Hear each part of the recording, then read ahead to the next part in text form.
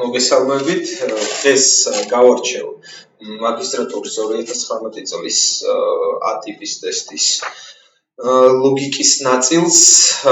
თუმცა სრულად არ გავარჩევ, რამდენიმე ამოცანას გავარჩევ ამ ტესტიდან.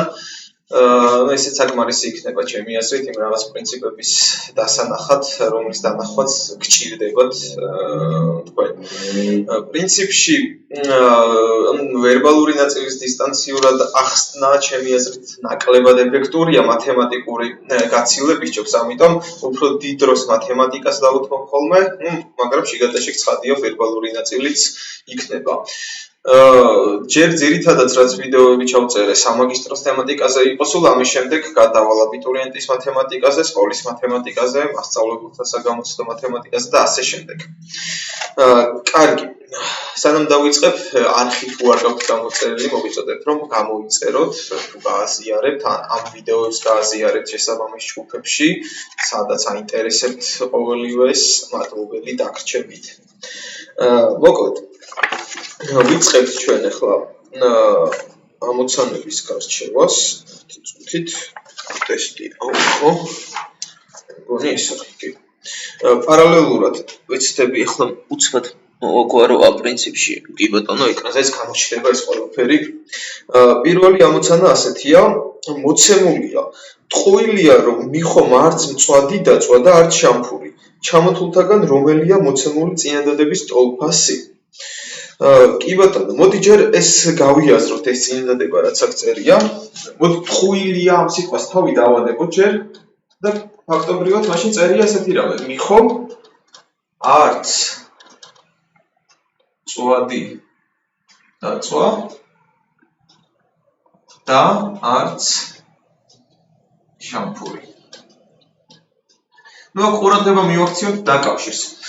წინა ვიდეო რაც მინდებს იქ ავხსენი ეს კავშირები და ასე შემდეგ ყველა ის პრინციპი, ყველა არა, მაგრამ უმეტესობა ავხსენი, რასაც ყურადღება უნდა მიაქციოთ რა დეტალებსაც ლოგიკის ნაწილში, ხო? ჩვენ როცა დაკავშირი გვხვდება, ან მიხომ არც მწვადი დაწვა და არც შამფური, რა შემთხვევაში შეასრულებს მიხო ამ პირობას? იმ შემთხვევაში თუ არც ამას დაწვავს და არც ამას, ანუ ორივე ჩამოთვლილი უნდა შეასრულოს, რადგან დაკავშირი გვაქვს, ხო? ჩვენ ამ წინადადებაზე გვეუბნებიან, რომ ეს არისო ტყუილი. ეს თუ ტყუილია, მაშინ გამოდის, რომ ამ პირობა დაარღვია და ორივე არ შეასრულა. ანუ პირობის დარღვევა ამ შემთხვევაში არ არის აუცილებელი პირობა დაარღვიოს, მხოლოდ იმ მეთოდით, რომ აქედან ორივე დაწვას, მწვადიც და შამფურიც. ეს არ არის აუცილებელი. ცხადია, ესეც პირობის დარღვევაა, მაგრამ აუცილებელი არ არის. საკმარისია ვთქვათ, რომ ერთ-ერთი მაინც ჩამოთვლთაგან არ შეასრულა და უკვე პირობა დარღვეული იქნება, ცხადია, ხო? ანუ თუ მწვადი დაწვა პირობითად და შამფური არა, მაინც დაარღვიან, პირიქით თუ დაწვა მწვადი არ დაწვა და შამფური დაწვა, მაინც დაარღვია, გასაგებია, ხო? ანუ ერთ-ერთი მაინც თუ დაირღვა. ანუ რადგან ეს წინადადება ტყუილია, მაშინ ვეძებთ ამ შინაარსის პასუხს. ჩვენ სადაც ამ ჩამოთვლილი ორიდან ერთ-ერთი მაინც იქნება ესე იგი დამწვარი. პირველი პასუხი ესეთია, მიხო მწვადიც დაწვა და შამფურიც. ეს ჩვენ გვეკითხებიან, შეკითხვა არ წამიკითხავ, ჩამოთვლთაგან რომელია მოცემული წინადადების ტოლფასი, ანუ იგივე შინაარსის. მიხო მწვადიც დაწვა და შამფურიც.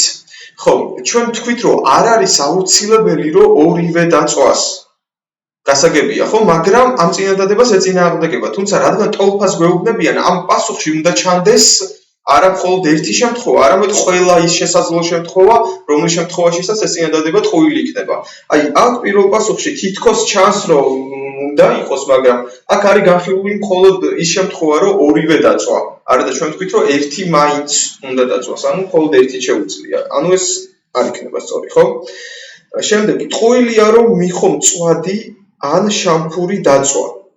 კი ბატონო, ეს გასაგებია, უკვე გამოვრიცხეთ რატომაც, ანუ ჩვენ ხვდებით რა პასუხსაც ვეძებთ ისეთ პასუხს, სადაც ან ერთი დაწვა, ან მეორე, ან ორივე. ხო, ეს წინასწარ დავადგინეთ პასუხების საკითხვის გარეშე და ასეთია პასუხი, მიხომ ან მწვადი დაწვა, ან შამფური, ან ორივე.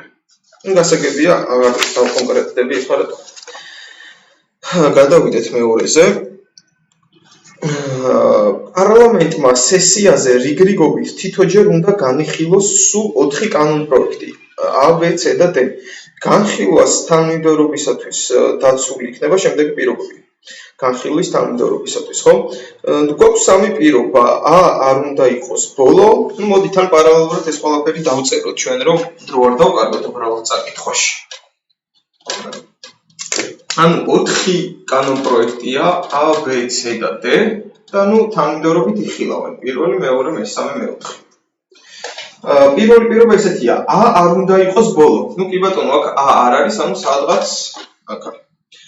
D არ უნდა იყოს მეორე. კი ბატონო. C უნდა განიხილონ D-ს შემდეგ, თუმცა ამ ორ შორის ზუსტად ერთი კანონპროექტის განხილვა უნდა შედგეს. კი ბატონო, ეხლა აი ამ მესამე პირობით უკვე ჩვენ შეგვიძლია რაღაცის დადგენა. D ვიცით რომ მოკლედ D არ არის მეორეში, ეს შეიძლება ცხრილითაც გაკეთდეს, მაგრამ არ არის აუცილებელი ცხრილი ამის გასაკეთებლად ისედაც მარტივია, ანუ ვიცით რომ D არ არის აქ, X-ით აღნიშნოთ პირობითად არ ყოფნა და მეოთხე არ არის A. და მესამე პირობა ესეთია, C უნდა განიხილონ D-ს შემდეგ, ანუ D გამოირიცხა რომ ბოლოს ვეღარ იქნება, ხო, იმიტომ რომ C უნდა მოდიოდეს D-ს შემდეგ. კარგი, ანუ D არც აქ არ არის, მოდი ამასაც X-ით აღნიშნავ, D არის ანაკ. გავაგრძელოთ პირობის საკითხვა, თუმცა ამ ორს შორის ზუსტად ერთი კანონპროექტის განხილვა უნდა მოხდეს. ანუ D-ს შემდეგ უნდა მოდიოდეს C და მათ შორის კიდევ ერთი კანონპროექტი უნდა იყოს. ამიტომ D აქ ვერ იქნება, იმიტომ რომ D თუ აქ იქნება და პირობითად C აქ მათ შორის აღარ ჩაჯდება ერთი კანონპროექტი, ხო? ანუ აქედან დავასკვენით, რომ D იქნება უეჭველად პირველ ადგილზე. C უნდა განიხილონ D-ს შემდეგ, ოღონდ მათ შორის კიდევ ერთი კანონპროექტი უნდა იყოს, რომ მესამე პირობაში მიწერია. შესაბამისად, აქ რაღაც კანონპროექტია და აქ იქნება C. ეხლა პირველი და მეორე პირობა გავითვალისწინოთ, ვიცით რომ A ბოლოში არ არის. მაშინ A უნდა იყოს მეორე კანონპროექტი და ნუ B დაგვრჩა მეოთხეზე, ხო? ნუ ესეთი განლაგება იქნება. შეკითხვა არის ჩამოთვლილთაგან რომელი აღწერს სწორად კანონპროექტების განხილვის თანმიმდევრობას. პირველი იქნება C, მეორე D, ნუ ეს პასუხი არის სწორია. პირველი იქნება D, მესამე A, ესეც არასწორია. მეორე იქნება D, უკვე არასწორია. მეორე იქნება A, მეოთხე იქნება B.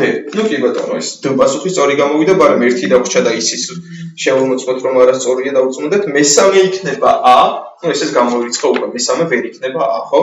ანუ გამოდის რომ აქ არის სწორი პასუხი D. გავაგრძელოთ. მოცემულია სამი მსჯელობა. მოდი ამ სამ მსჯელობებს წავიკითხავთ. შეკითხვა ვნახოთ რომ ვიცოდეთ რაზე გავამახვილოთ ყურადღება. მოცემული მსჯელობებიდან რომელია ლოგიკურად მართებული? კი ბატონო. პირველი მსჯელობა ესეთია. ანის არ დაუგზავნია თავისი სივი პოტენციურ დამსაქმებელთან, სამსახურის შეცვლას რომ აპირებდეს, ანი პოტენციურ დამსაქმებელთან სივის დააგზავნიდა. შესაბამისად, ანი არ აპირებს სამსახურის შეცვლას. და ბოლოს რაღაც დასკვნა. მოკლედ, მოცემული გვაქვს რომ ანის არ გაუგზავნია სივი დამსაქმებელთან. მე გვეუბნებიან რომ სამსახურის შეცვლას რომ აპირებდეს, აუცილებლად გააგზავნიდა და ბოლოს ასკვნის. ესე იგი, ანი სამსახურის შეცვლას არ აპირებს. ნუ რა თქმა უნდა, ეს ორი მსჯელობაა, ხო, ლოგიკურად. კიდე ერთხელ მე მგონი არანაირი ახსნა არ უნდა ამას, მარტივად აღსაქმელია.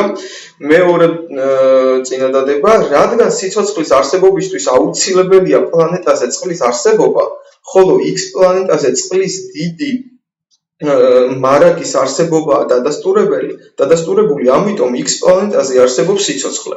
კი ბატონო, ეს არ იქნება ეხლა სწორი მსჯელობა და რატომ?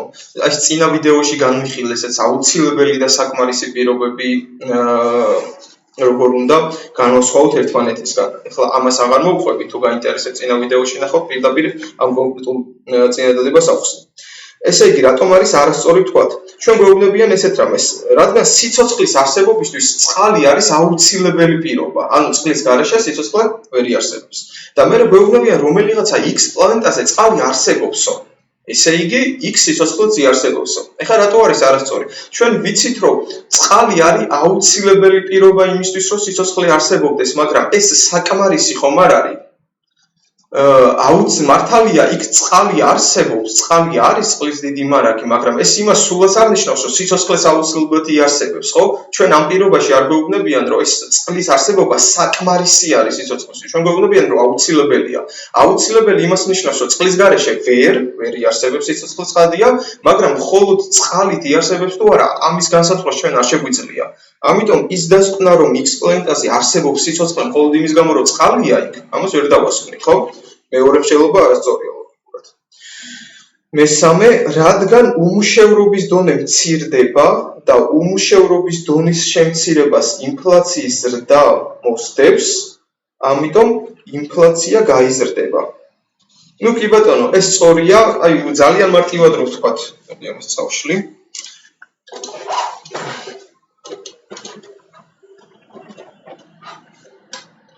ანუ აქ ესეთ რაღაცას ვიღებ. უმუშევრობის დონე მცირდება, აი ბავშვად აიყოს უმუშევრობის დონე, ხო? ეს მცირდება და ეს იწვევს, ანუ აქედან გამომდინარეობს უმუშევრობის დონე მცირდება და უმუშევრობის დონის შემცირებას ინფლაციის ზრდა მოსდევს. ანუ ინფლაცია იზრდება ამ დროს. ნუ რაღაც ბ გამომდინარეობს პირობითად, ხო? და ეს ბ იყოს ინფლაცია. ამიტომ ინფლაცია გაიზრდება. კი ბატონო, ჩვენ ვიცით, რომ უმუშევრობის ზრდას ინფლაცია მოსდევს, ანუ რაღაც ამ პირობიდან ეს გამომდინარეობს და რადგან თან აუცილებლად და რადგან გვეუბნებიან, რომ ეს მოხდება, მაშინ აუცილებლად ბ-ც მოხდება. ეს დასკვნა არის, ხო, ზუსტად აქ გაკეთებული. ნუ შესაბამისად სწორი მსჯელობაა და ესეთი პასუხი გვაქვს პირველი და მესამე შეუძლო ლოგიკურად მართებულია. მეოთხე ამონარიდი დისერტაციიდან იმის ფონზე, რომ იზრდება საერთაშორისო ორგანიზაციათა რიცხვი და გავლენა, სახელმწიფოს ადგილი მსოფლიო პოლიტიკაში უმნიშვნელო გვეჩვენება. თუ კი საერთაშორისო ეკონომიკური, გარემოსდაცვითი და სოციალური მმართველობა გაიზრდება, ასევე გაიზრდება საერთაშორისო სამართლის როლიც. თუმცა საერთაშორისო სამართალს არ შეუძლია მოქმედება ერის სახელმწიფოს გარეშე, არა უბრალოდ იმიტომ, რომ სახელმწიფოები მას მატერიალურად უზრუნველყოფენ და იმ აგენტებს წარმოადგენენ, რომლებსაც ეს ნორმები შეეხება, არამედ იმიტომ, რომ ისინი წარმოადგენენ აგენტებს, რომლებიც ქმნიან და აუქმებენ კანონებს. ჩამოთვლთაგან რომელშია უფრო სწორად წარმოდგენილი ამონარიდის შინაარსი. კი ბატონო. ვნახოთ პასუხები და ვიმსჯელოთ თითოეულზე. საერთაშორისო ორგანიზაციათა რიცხვის ზრდისა და გავლენის პირობებში კანონების შემქმნელი და გამოუქმებელი აგენტები არ იცვლება.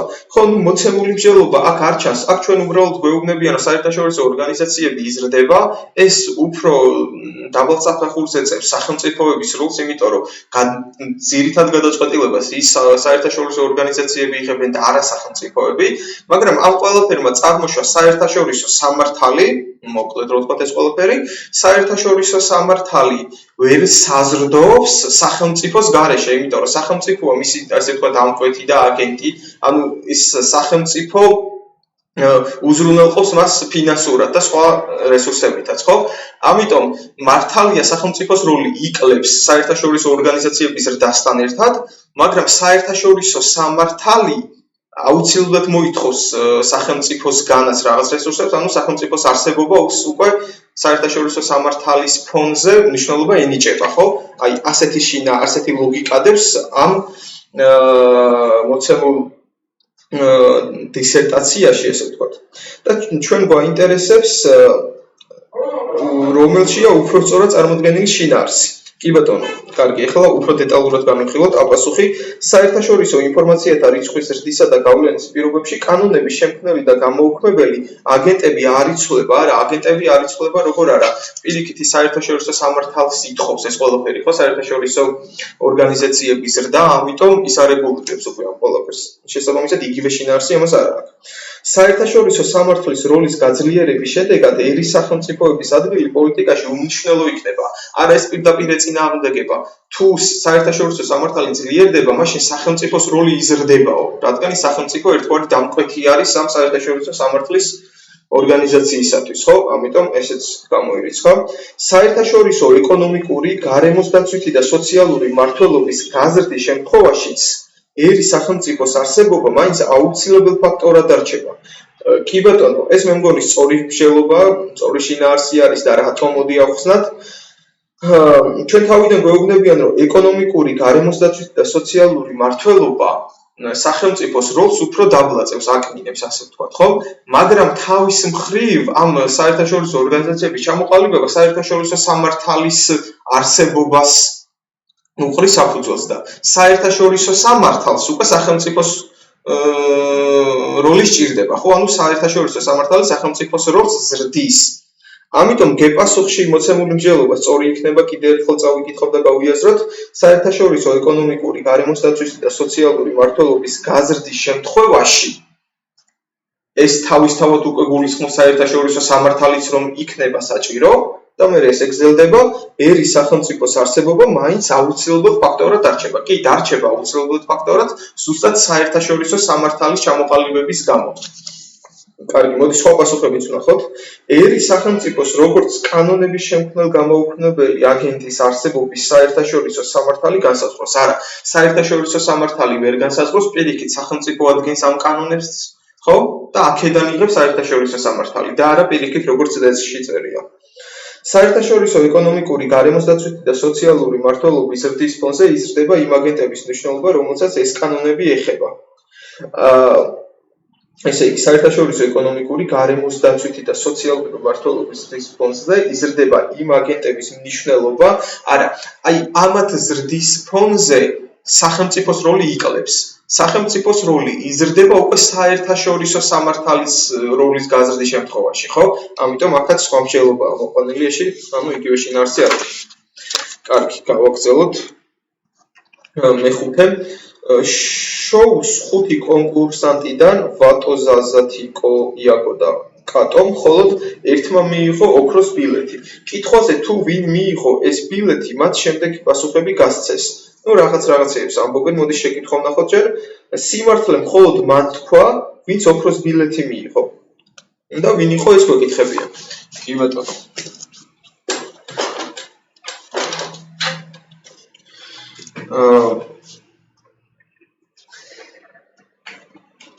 მოკლედ, მოდი არ არის დიდი ტექსტი და უცბად ჩამოვწერ ამას.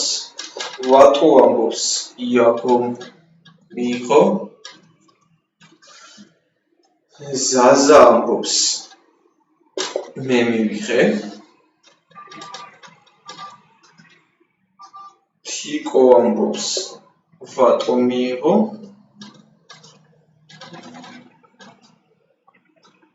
იაკო მე მივიღე. კატო, თიკო. ეხლა ამაზე ჩვენ ვიცით რა? ჩვენ ვიცით მხოლოდ ის, რომ ერთმა მოიგო პრიზი, შესაბამისად ერთმა თქვა სიმართლე, ხო? ეს პირობაში გვიწერია, რომ ვინც მიიღო, ის ამბობს სიმართლეს. მოდი განვიხილოთ, რა ვარიანტები გვაქვს, აი თავიდან რომ ვიყვეთ. ვატო, რასაც ამბობს, ან მართალია, ან ტყუილია, ხო? ორი ვარიანტი გვაქვს, ხო? ვერ გვექნება ცხადია, ხო? ორივე განვიხილოთ, ორივე ვარიანტი, თუ მართალს ამბობს, მაშინ რა მოხდება და თუ ტყუილს ამბობს. რომელიღაც შემთხვევაში წინააღმდეგობას მივიღებთ აუცილებლად, ან ხო არ შეიძლება ერთდროულად მართალს ასა ტყუილს ამბობდეს. მოდი დავიწყოთ არა აქვს მნიშვნელობა, თქვათ ვატო ამბობს მართალს, აი აქ ავნიშნავ პლუსით, ვატო ამბობს მართალს, ვატო ჩვენ რადგან დაუშვით, რომ ვატო მართალს ამბობს, ესე გამარჯვებულის ვატო ყოფილა, ხო? ეხლა ამ ლოგიკით მივყვებით. ვატო ამბობს იაგომ მიიღო. პრიზია საუბარი. იაგო მიიღო. კი ბატონო. ჩვენი დაშვებით ხო ვატო მართალს ამბობს. ანუ იაგო მიიღო, უნდა იყოს მართალი და ეს უკვე წინააღმდეგობაა, იმიტომ რომ ჩვენ ვიცით რომ პრიზს იღებს ის, ვინც გამარჯვებულია და ის ამბობს ასევე სიმართლეს. ჩვენ თუ დაუშვით რომ ვატო მართალს ამბობს, ავტომატურად დაუშვით რომ ვატო გამარჯვებულია და ისიც დაუშვით შესაბამისად რომ პრიზიც ვატო მიიღო. მაგრამ აი ვატოს ნათქვამი უკვე წინააღმდეგობაში მოდის ყოველივე ამასთან. იაგოს აღარ უნდა მიიღო პრიზი. აქედან მოასკვნით რომ ვატოს ნათქვამი არის ტყუილი აუცილებლად. კარგი. ეხლა გავყვეთ ამ ლოგიკით. ვატო ამბობს რომ იაგო მიიღო და ეს ტყუილია. იაგო მიიღო თუ ტყუილია, მაშინ იაგოს არ მიუღია, ხო ეს საჩუქარი. ეხლა იაგოს ნათქვამზე გადმოვიდეთ. იაგოს თუ არ მიუღია ეს საჩუქარი, მაშინ იაგოც იტყუება. მე მივიღეო. ნუ ჯერჯერობით ლოგიკურად ჩდება, ხო, შეუსაბამობა არ მივიღეთ არსად. კარგი. ეხლა ისეთი პასუხი, ისეთი პირობა მოვძებნოთ, სადაც ვატო ან იაგო ფიგურირებს, იმიტომ ამათზე მაქვს ინფორმაცია, რომ ესენი იტყუებიან და არა აქვთ მოგებული, ხო? აი, აქ თიკო ამბობს, ვატო მიიღო. ჩვენ ხო ვიცით უკვე, რომ ვატომ არ მოუგია და შესაბამისად პრეზიდენტს არ მიუღია. აქედან ვასწავლი, რომ თიკოც იტყუება, ხო? კი ბატონო, დაგვრჩა ზაზა და კატო. ეხლა თიკოზე გვაქვს ინფორმაცია, რომ იტყუება, ამიტომ თიკოზე თუ რამე პირობა გვიწერია, ეს ამას უნდა მივადგეთ ეხლა, ხო? ამის განსაზღვრა შემიძლია. კატო ამბობს, რომ თიკო მიიღო. ჩვენ ვიცით, რომ თიკომ არ მიიღო, შესაბამისად კატოც იტყუება, ხო? და გამოდის, რომ ერთადერთი ზაზა ყოფილა მართალი და ამბობს მე მივიღეო, ესაც წინააღმდეგობაში არ მოდის ჩვენს დაშვებულ შემთხვევასთან. ანუ გამოდის, რომ მოუგია ზაზას და შესაბამისად პრიზით ზაზას მივიღია. მე 6